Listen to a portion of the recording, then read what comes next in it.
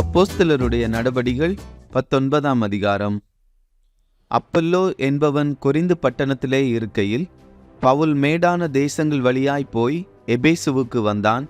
அங்கே சில சீஷரை கண்டு, நீங்கள் விசுவாசிகளான போது பரிசுத்த ஆவியை பெற்றீர்களா என்று கேட்டான். அதற்கு அவர்கள், பரிசுத்த ஆவி உண்டென்பதை நாங்கள் கேள்விப்படவே இல்லை என்றார்கள். அப்பொழுது அவன், அப்படியானால் நீங்கள் எந்த ஞானஸ்நானம் பெற்றீர்கள் என்றான். அதற்கு அவர்கள், யோவான் கொடுத்த ஞானஸ்நானம் பெற்றோம் என்றார்கள். அப்பொழுது பவுல், யோவான் தனக்கு பின் வருகிறவராகிய கிறிஸ்து இயேசுவில் விசுவாசிகளாய் இருக்க வேண்டும் என்று ஜனங்களுக்கு சொல்லி மனம் திரும்புதலுக்கு ஏற்ற ஞானஸ்நானத்தை கொடுத்தானே என்றான். அதை கேட்டபோது அவர்கள் கர்த்தராகிய இயேசுவின் நாமத்தினாலே ஞானஸ்நானம் பெற்றார்கள். அல்லாமலும் பவுல் அவர்கள் மேல் கைகளை வைத்தபோது பரிசுத்த ஆவி அவர்கள் மேல் வந்தார். அப்பொழுது அவர்கள் அந்நிய பாஷைகளை பேசி தீர்க்க தரிசனம் சொன்னார்கள். அந்த மனுஷர் எல்லாரும் ஏறக்குறைய 12 பேராயிருந்தார்கள்.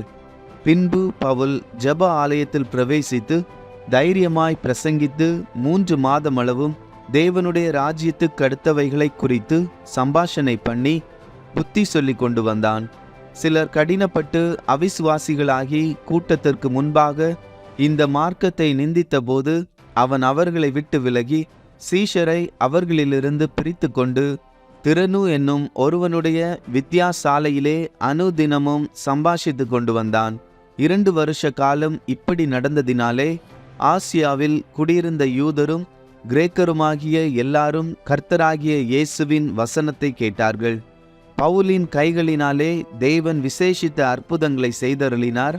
அவனுடைய சரீரத்திலிருந்து உருமால்களையும் கச்சைகளையும் கொண்டு வந்து வியாதிக்காரர் மேல் போட வியாதிகள் அவர்களை விட்டு நீங்கி போயின.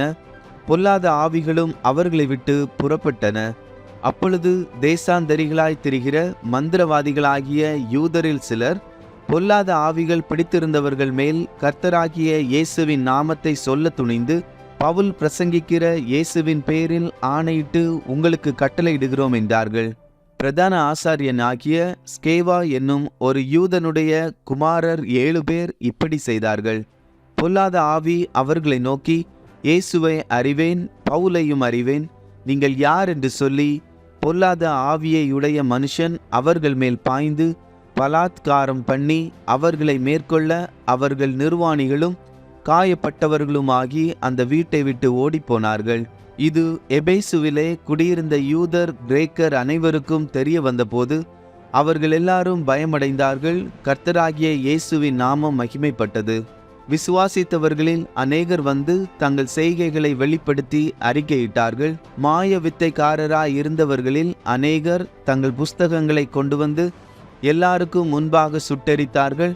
அவைகளின் கிரயத்தை தொகை பார்த்து 50,000 வெள்ளிக்காசாக கண்டார்கள்.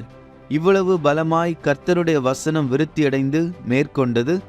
இவைகள் முடிந்த பின்பு பவுல் மக்கெதோனியா, ஆகாயா என்னும் நாடுகளில் சுற்றி தெரிந்து எருசலேமுக்கு போகும்படி ஆவியில் நிர்ணயம் பண்ணிக்கொண்டு, நான் அங்கே போன பின்பு ரோமாபுரியையும் பார்க்க வேண்டியதென்று சொல்லி தனக்கு உதவி செய்தவர்களில் 2 பேராகிய தீமோத்தேயுவையும் எரஸ்துவையும் மக்கெதோனியாவுக்கு அனுப்பிவிட்டு தான் பின்னும் சில காலம் ஆசியாவிலே தங்கினான். அக்காலத்திலே இந்த மார்க்கத்தை குறித்து பெரிய கலகம் உண்டாயிற்று. எப்படி என்றால், தெமேத்திரியு என்னும் பெயர் கொண்ட ஒரு தட்டான் தியானாளின் கோவிலைப் போல வெள்ளியினால் சிறிய கோவில்களை செய்து தொழிலாளிகளுக்கு மிகுந்த ஆதாயம் வருவித்து கொண்டிருந்தான். இவர்களையும் இப்படிப்பட்ட தொழில் செய்கிற மற்ற வேலையாட்களையும் அவன் கூடி வர செய்து, மனுஷர்களே, இந்த தொழிலினால் நமக்கு நல்ல பிழைப்பு உண்டாயிருக்கிறதென்று அறிவீர்கள். இப்படி இருக்க கைகளினால் செய்யப்பட்ட தேவர்கள் அல்லவென்று இந்த பவுல் என்பவன் சொல்லி எபேசுவிலே மாத்திரமல்ல கொஞ்சம் குறைய ஆசியா எங்கும் அநேக ஜனங்களுக்கு போதித்து அவர்களை வசப்படுத்தி கொண்டான் என்று நீங்கள் கண்டும் கேட்டும் இருக்கிறீர்கள். இதனால் நம்முடைய தொழில் அற்றுப்போகும்படியான அபாயம் நேரிட்டிருக்கிறதும் அல்லாமல் மகா தேவியாகிய தியானாளுடைய கோவில் எண்ணமற்று போகிறதற்கும் ஆசியா முழுமையும் பூச்சக்கரமும் சேவிக்கிற அவளுடைய மகத்துவம் அழிந்து போகிறதற்கும் ஏதுவாயிருக்கிறது என்றான். அவர்கள் இதை கேட்டு கோபத்தால் நிறைந்து எபேசியருடைய தியானாளே பெரியவள் என்று சத்தமிட்டார்கள். பட்டணம் முழுவதும் கலகத்தினால் நிறைந்தது. பவுலுக்கு வழித்துணையாய் வந்த மக்கெதோனியராகிய காயுவையும் அரிஸ்தர்க்குவையும் அவர்கள் இழுத்து கொண்டு ஒருமனப்பட்டு அரங்கசாலைக்கு பாய்ந்தோடினார்கள். பவுல் கூட்டத்துக்குள்ளே போக மனதாய் இருந்தபோது சீஷர்கள் அவனை போக விடவில்லை. ஆசியா நாட்டு தலைவரில் அவனுக்கு சிநேகிதராய் இருந்த சிலரும் அவனிடத்திற்கு ஆள் அனுப்பி அரங்கசாலைக்குள் போக வேண்டாம் என்று எச்சரித்தார்கள். கூட்டத்தில் அமளியுண்டாகி சிலர் இப்படியும் சிலர் அப்படியுமாக பேசினார்கள். தாங்கள் கூடி வந்த காரணம் இன்னதென்று அநேகருக்கு தெரியாதிருந்தது.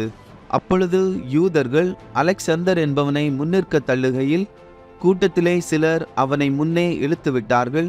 அலெக்சந்தர் கையமர்த்தி ஜனங்களுக்கு உத்தரவு சொல்ல மனதாயிருந்தான். அவன் யூதன் என்று அவர்கள் அறிந்தபோது எபேசியருடைய தியானாலை பெரியவள் என்று 2 மணி நேரமளவும் எல்லாரும் ஏகமாய் சத்தமிட்டு கொண்டிருந்தார்கள். பட்டணத்து சம்பிரதியானவன் ஜனங்களை அமர்த்தி, எபேசியரே, எபேசியருடைய பட்டணம் மகாதேவியாகிய தியானாளுக்கும் வானத்திலிருந்து விழுந்த சிலைக்கும் கோவிற் பரிசாரகியாய் இருக்கிறதை அறியாதவன் உண்டோ? இது எதிர்பேசப்படாத காரியமாகையால் நீங்கள் ஒன்றும் பதறி சொல்லாமல் அமர்ந்திருக்க வேண்டும். இந்த மனுஷரை இங்கே கொண்டு வந்தீர்கள். இவர்கள் கோவிற் கொள்ளைக்காரரும் அல்ல, உங்கள் தேவியை தூஷிக்கிறவர்களும் அல்ல. தெமேத்திரியுவுக்கும் அவனை சேர்ந்த தொழிலாளிகளுக்கும் ஒருவன் மேல் ஒரு காரியம் உண்டாயிருந்தால் நியாயம் விசாரிக்கிற நாட்கள் உண்டு. தேசாதிபதிகளும் இருக்கிறார்கள். ஒருவர் பேரில் ஒருவர் வழக்காடி கொள்ளட்டும். நீங்கள் வேறே யாதொரு காரியத்தை குறித்து விசாரிக்க வேண்டியதானால் அது நியாய சங்கத்திலே தீர்க்கப்படும்.